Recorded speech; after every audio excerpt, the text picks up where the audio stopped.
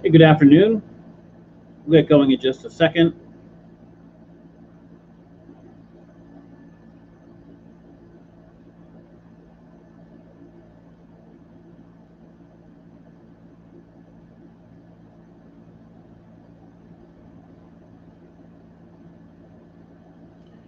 So, hi, everybody. Good afternoon. This is the Steve Mazzican podcast. It's 4:02. Elizabeth, I'm keeping cool. You can probably hear the air conditioning on the back. Christina, good to have you. Paul, welcome. We will answer today some of the emails that have come in over the last week. I'm sorry I wasn't on the last 2 days. I was in conference calls for both of those, but we'll make up for it today, and we'll talk a little bit tomorrow, and we will hopefully today, tomorrow, 4 o'clock, and then next week as well. So to get started, I know everybody talks about finance. Actually, a very good day for my main holding, which is Viacom. And I did talk. Some people emailed me saying they followed along and have made money on it. If you did, great. I'm not a financial advisor. I'm not telling you what to buy, what you shouldn't buy, those sort of things. But when I do buy something, I explain why. And that's kind of what part of this podcast is. I have a new site on financial literacy. That's a passion of mine. Financial literacy, in my opinion, evens the playing field across races and sex and age groups, what have you. I have said this before. I think we're sending kids into the world ill-prepared for how the game is played. And so often we complain about rich people getting richer instead of saying, how do I learn to do what they know how to do? Yes, they have an advantage. Yes, they have steps ahead of us. But if we can start learning to save and invest and how to invest, we can break that mold and get ahead no matter who we are, no matter what race we are, no matter how old we are, that sort of thing. So that's a passion of mine, and we'll talk about that on a regular basis on this podcast. I have bought Viacom. I like Viacom. I like it because it's trading at a very good valuation compared to future earnings. It's a strong company. It has a lot of different revenue streams. The last couple of weeks, it's kind of traded in the same category. What we call that in investing is called dead money. When you put something in a stock and it doesn't move, you're not losing, so you don't want to take it out because it might go up, but it's not moving the way you expect it to, so it's basically just sitting there. It's dead money. And the reason we look at that in a negative way is there's other things you can be in that make money. So Viacom, I have been profitable on. I bought in the high 30s, but I was hoping for a bigger move. That said, I'm still in it. A very good day today. Up about, well, I'll tell you exactly what it was up 57 cents a share. I also took a different position today, which is unusual for me, and I shorted a stock, which is basically thinking the stock's going to go down, and we'll talk about that in a second when we talk about Biogen. That's a stock I shorted. And I'll tell you where I shorted it. You can watch it and find out for yourself if I do well on it. I'm not suggesting you follow me on that. It's a little more speculative. I just have my viewpoints based on the information that I've seen. Some of the questions that came in the last couple of days had to do with Robin Comey. Since the last time we've had a podcast, Branford has made national news, not in a good way. And Jimmy Kimmel had a segment. A few other late-night talk shows had a segment. That video with Robin Comey clearly not speaking correctly for whatever reason was shown. And it's unfortunate. You know, it's not a good look for Branford. It's not a good look for her, certainly. She posted an apology. They mentioned the apology as well, but she did say she had been drinking at dinner. Whatever the reason is, how we approach this matters. And, you know, it's like a family where the family members can fight inside, but when someone outside the family attacks the family, they all come together to defend it. And I kind of feel that way about Branford. I feel that way about our state, that we can fight in Branford and have issues and disagreements, but when it happens publicly and from outside people, it's like, hold on a second, you know, knock her for whatever. There may be repercussions, whatever, for that, but it's a good town. We have good representatives. Somebody made a mistake. Let's get past it.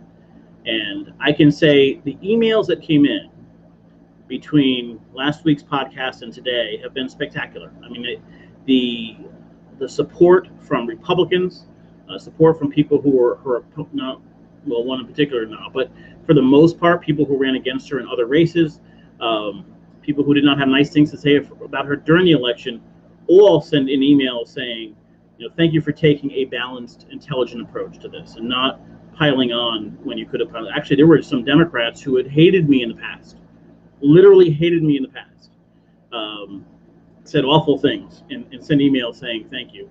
I think that's the approach you have to take. And I have spoken to a couple legislators since then. They're under an absurd amount of stress. And that goes back to last year. You know, they have an expectation on a salary, I think it's $20-something thousand a year, to work part-time, to go up there to represent their constituents. Last year, they were put into a position where they were dealing with, I'm not kidding, hundreds of phone calls a day on employment, on businesses, on laws, on stimulus packages that they were responding to, often trying to respond to without having much more information than anybody else had. And I often have access to some of that inside information before it comes out, or talk to the representatives. They were struggling, and they couldn't get through the Labor Department. They couldn't get some of these answers too. So they were getting all these questions and all these calls for 4, 5, 6 months, businesses looking for PPP money, and that stress gets to you over time. Then you go up there and you have some bills, and she obviously felt obligated to speak. The first question I had is, why did you stand up? Just, okay, stay in your office.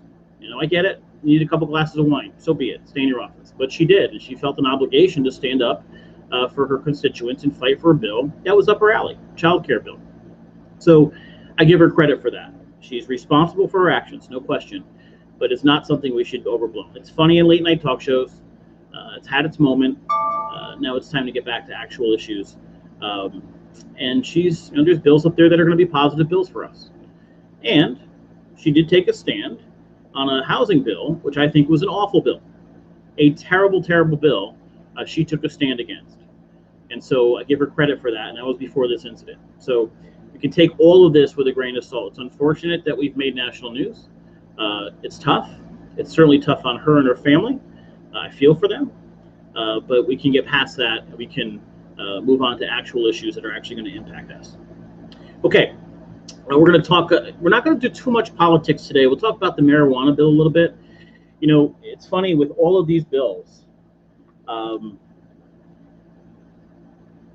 there's so much self-righteousness that gets built into these bills, right? These are, we're against marijuana because my grandfather had this issue or my uncle had this issue or whatever it was. And so we end up passing bills that are limited as to what they can be and what you can sell and how much you can have. And can you have candies, and can you have this flavor of vape, or can you have this flavor? All these limited things. And at the end of the day, eventually we're going to have gummy bears in convenience stores. Okay, that's going to happen, whether it's 5 years or 10 years. We knew marijuana was going to pass. And you can't reiterate this enough. There's Democrats and Republicans against it. There's Democrats and Republicans for it. So it's really not a party line thing. When you know a bill's going to pass, delaying it doesn't make any sense. All Connecticut did for the last 6 or 7 years was wait and wait and wait as all the states around us passed marijuana laws. And people from Branford drove up to Massachusetts or to other states to get their marijuana and pay taxes in those states. Even this half-assed marijuana bill, which has all these limitations on what you can have and all this other stuff, why bother? Just pass it.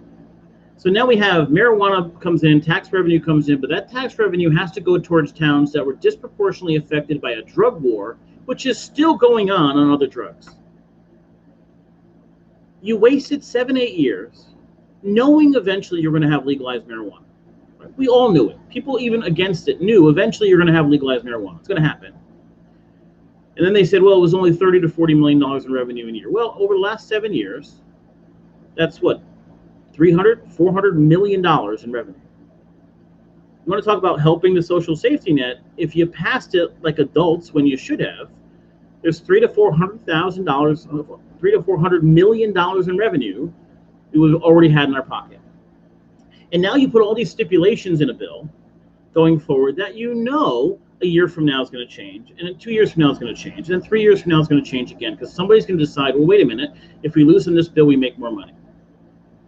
This self-righteous nonsense. And we still heard some of the quotes. Well, it's going to impact kids. Look, we have cigarettes in convenience stores. We have them forever. We have alcohol all over the place. Kids are either going to do it or they're not going to do it. That's all there is to it. That's life. Always has been that way. And we can complain about this all we want. We talked forever about how bad marijuana was, and then we found out, well, it's not so bad, and it's declassified as a drug on a federal level. We have all these changes. Connecticut is always the last state. Some weird New England style self-righteousness takes over, that we delay huge revenue sources on bills we know we're going to pass eventually. We should have had sports betting 3 or 4 years ago, easily. We didn't actually have to wait for the Supreme Court ruling. We could have forced it. We could have passed sports betting 10 years ago and then it'd be challenged in court. But we're always the last ones. So who wins? Massachusetts and Rhode Island and New York and all the states around us. We sit here and say, hey, let's consider new tax increases. When we had all this revenue sitting there, we chose not to take. People are using marijuana. They already are. They're going elsewhere for it. Now they can come here, and the limits are crazy. I mean, a pound and a half a person can have on there. That's a lot of marijuana. 5 pounds in their locked car or in their house. That's a ton of marijuana. Why even put it? Just forget it. Just put it all there. And if you find illegal dealers and you want to crack down on those and not paying taxes, so be it. But at some point, this is just ridiculous. But it just gets old hearing the self-righteous arguments that hold up. It passed 1917 in the Senate. 6 Democrats voted against it. Still, after all this time, it was only 1917. We don't need to be the last state to pass this stuff. We're quick to spend money. We're quick to throw money at corporations that are moving within the state. We're quick to say we need more money to New Haven and to Hartford and Waterbury, but we're last to pass anything that legitimately brings in revenue aside from regular tax increases. That's just my rant on laws. And I'm seeing them come through and I'm saying, why, congratulations on passing it, but why didn't we pass this 8 years ago? Why did we walk away from $400 million in revenue over the last 10 years? Makes no sense. So that's just a nonsense. Why do you think they don't want to pass it? They get hung up on the self-righteous aspect of it. Kids, drugs, there's still a stigma attached to, any drugs, any more access to drugs. Now, first of all, let's be honest here. There isn't a high school freshman in the state that likely can't get marijuana, right? It's not hard to get. I don't happen to have a dealer. I've never smoked marijuana in my life. It would probably take me 10 minutes to find some. As a freshman, no question. So this idea that any law is going to prevent kids or high school kids or 19-year-old, whatever it is, from getting marijuana is crazy. Secondly, the age is 21. They legalized it after 21. Is there a 19-year-old in the state? I didn't when I was that age. I get it. Maybe there's some, but what kind of law is this? Is there any police department that's going to enforce this stuff? We're going to start going after 19-year-olds that are smoking pot? So I don't know the answer to that. James, would Costco be allowed to sell pot if it becomes legal? You know what? You're going to have to go to Milford and ask them, or to East Lyme and ask them. I don't have an answer for Costco. I don't represent Costco, and there's zero chance Costco is going to be built on a 1-acre lot anywhere in Branford. So it's just a running joke with Mr. Integlia, who likes to put Costco on. What he does is every single time there's any development in town, like I'm not kidding, a 1/2 acre apartment building, whatever it is, he puts, hey, would Costco fit there? So that's his running joke. I have no idea what they would do with marijuana. Actually, they'd probably make a fortune in marijuana. Actually, that's why we have the 1.5 pound limit, because Costco can't sell it in bulk. That might answer the question. You don't have bulk marijuana sales at Costco, so that's why they passed this law. So that might be interesting. Imagine some housewife walking out of Costco on a cart with 5 pounds of marijuana that they just bought in bulk next to 60 containers of Pert Plus or whatever the hell they bought it at Costco. That could be interesting. Okay, off of that, and I want to talk about Biogen. So every once in a while, something comes out that we kind of get excited about, and one of the most difficult conditions to fight. There's almost nothing to really fight it successfully, is Alzheimer's. And it's painful to watch. It's painful for the family. It's brutal to watch somebody just lose their mind and not remember who they were, and it's awful to see. And so Biogen is a pharmaceutical company and came out with a drug, and the name of that drug, Aduhelm, Aduhelm, and it was approved by the FDA. So part of this discussion is on how I look at a stock, but part of it is on the FDA in the financial impact of these things passing. Last year, a panel that works with the FDA declined to give support for this. It was surprising. They turned down, the FDA panel turned down support for this drug. Also that year, Biogen removed this drug from consideration from the FDA. And the real question was, is it actually effective? Does it do enough to the chemical in the brain that you would see noticeable difference in an Alzheimer's patient? And so that's a massive red flag. When they couldn't get support from the FDA panel, not the FDA itself, but an FDA panel, and they withdrew it for consideration for approval at that time, questioning, quite frankly, whether or not this drug will be effective. This is an important thing, because if you give someone a sugar pill and you tell them it will help your loved one with Alzheimer's, they'll believe it, their hopes will get up, and they will use it. And so when they came back and applied for approval again, it was a little bit surprising. But it was a shocking event on this week when the FDA approved it. And Biogen stock, and I'm going to pull it up. If you are near a computer, you can do this, but I'm going to look up, so I have the actual chart in front of me. If I look at the 5-day chart, it was trading 286.43 on June 7th at 11 o'clock. And by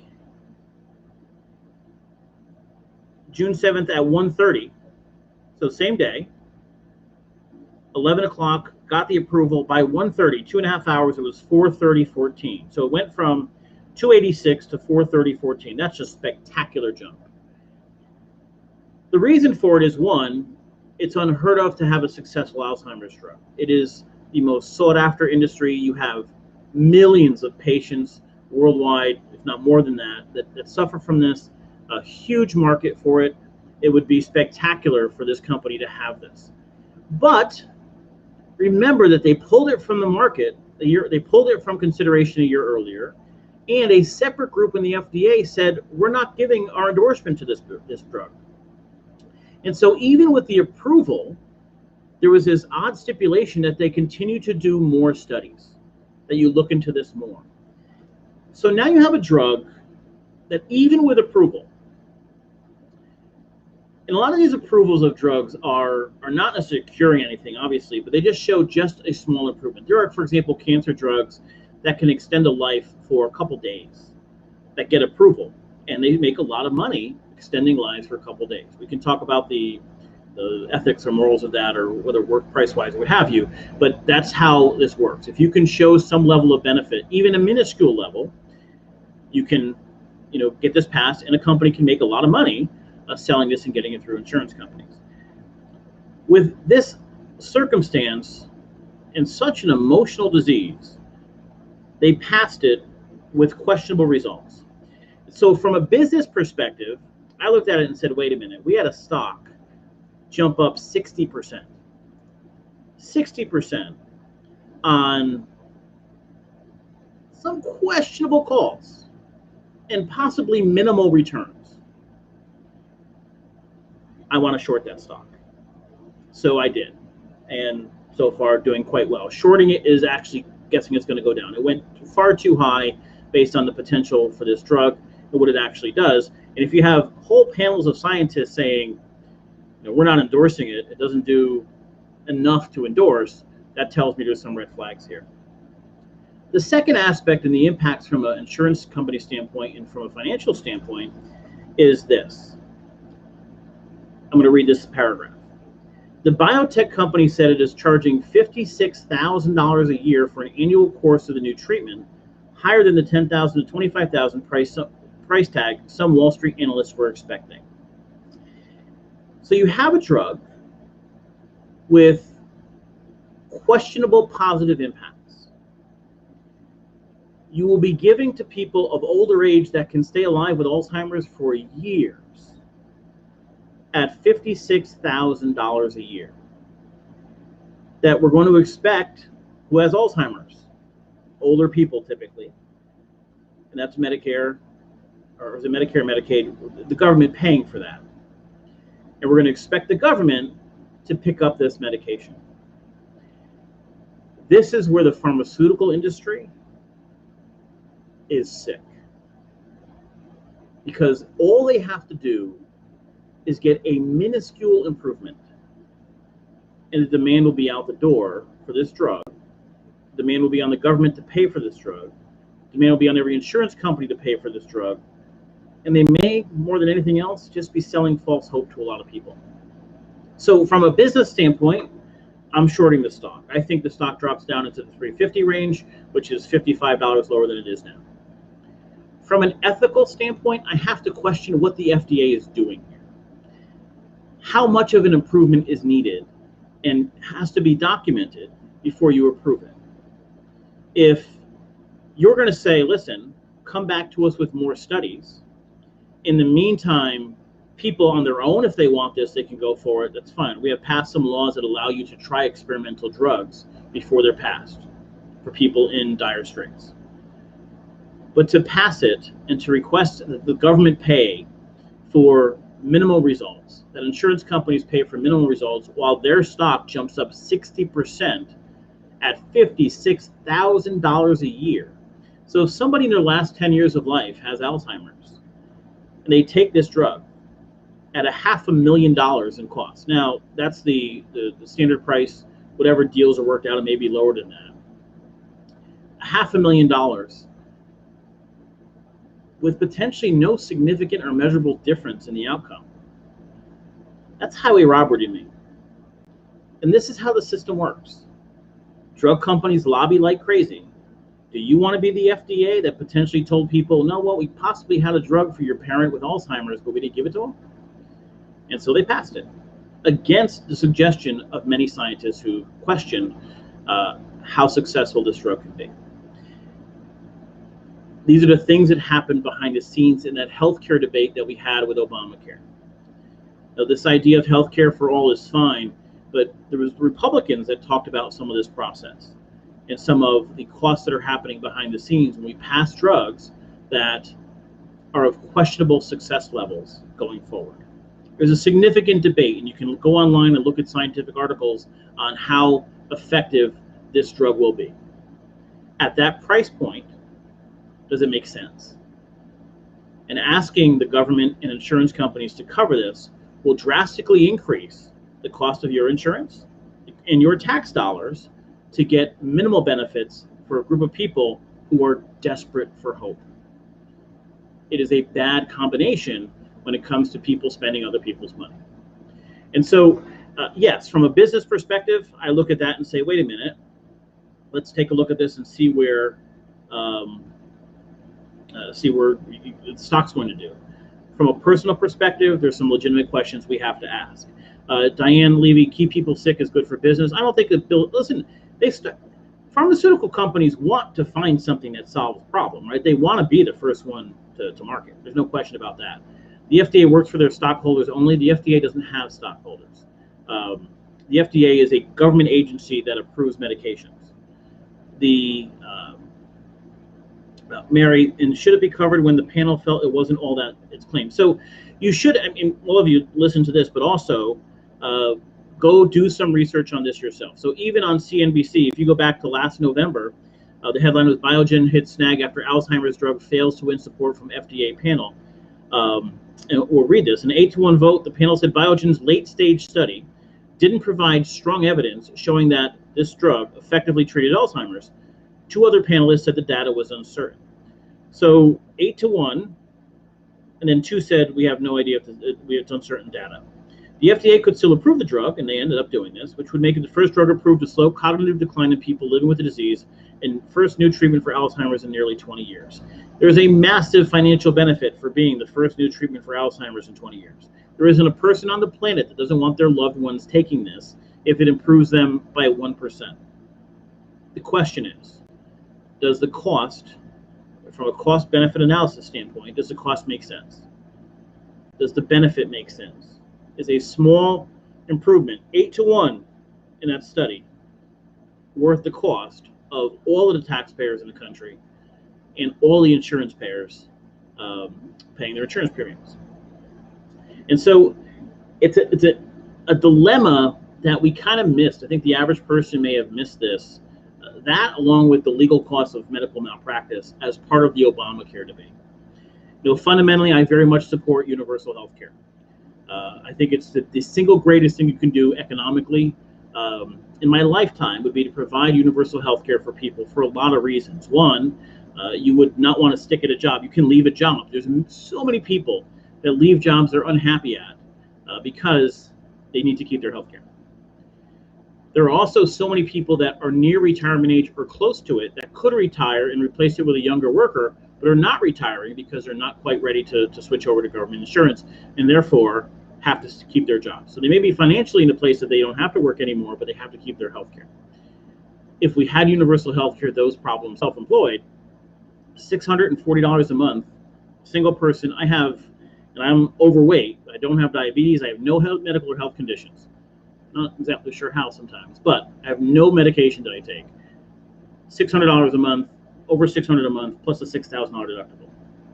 So that's a $13,000 checkup once a year. This is crazy. It's nuts. And I'm single. If I had a family with kids, that number goes absolutely nuts, and everybody can post their crazy numbers because we certainly know they're nuts. If you would provide socialized medicine, even if taxes go up, I think it allows people to start businesses, allows them to start new jobs, take more risks, do some exciting things that we can't do now. Or retire early if you have saved enough money to do so because we have socialized medicine. That said, right now, this is big business. And the question is, if questionable results, and at best minimal results, are worth the price that every insurance payer is going to pay and every taxpayer is going to pay as we cover this medication going forward. Just something to think about. Diane, he lied. Obama ruined our healthcare system. I don't agree with that. Universal healthcare is not the answer. Okay. Research, FDA, and CDC funding. According to Diane, effects can sometimes outweigh the benefits. That's true of all medications. Very true. I'm missing some of these. So listen, I don't have a problem with Obamacare. More people were covered under Obamacare. I appreciate that. I want more people to have health care. I think it's basically a human right, in my opinion. That said, there's some serious flaws in Obamacare. And part of, or I have to give Biden some credit, was Biden walked in and said, screw this. We're not going to try to be bipartisan. We're just going to pass. We're going to pass. Now, you can have issues. I certainly had issues with the last stimulus package. But Obama tried to work with both sides.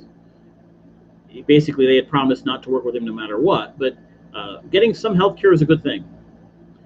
The first Republican, by the way, it should be Mitt Romney because he did this in Massachusetts, right? But at some point, people will realize it helps us to have universal health care. At some point, people will realize it helps us to make sure people get checkups, that we find diseases early. It saves money to do that. The problem is when people avoid going to the doctor because of copays. They avoid going to the doctor because of their the minimum they have to hit. They avoid all these things, and we miss, even people with insurance, miss huge diseases, sicknesses, issues that we can solve faster and save a fortune if everybody had it and got the regular checkups and were tested, but we don't have that. It's just crazy. And economically, the country would be better off with universal health care. The math makes sense. There are people right now who are working in really good jobs, holding on to those jobs, that don't have to work. Let them leave. Let's get younger workers in there. There are people right now who want to start a business. It's been their dream to always start a business, but they can't because they can't afford health care. It's funny. So many people that are self-employed. You talk to them and say, "Who are you married to?" And they're like, "Well, my wife, or she works for the state, or my husband works for the union." Well, no shit. You have health care. You don't have to worry about that. So basically, I should only date and eventually marry somebody who is in a union. I'll have to remember that. That said, we'll be back tomorrow at 4 o'clock. Thanks for joining me. We'll talk more, and if there's questions, we'll talk more about some of the laws that passed in Connecticut, what may be coming up in a special session, and we'll talk about that tomorrow at 4 o'clock. Thank you for joining me. I'll talk to you, and I'll have a great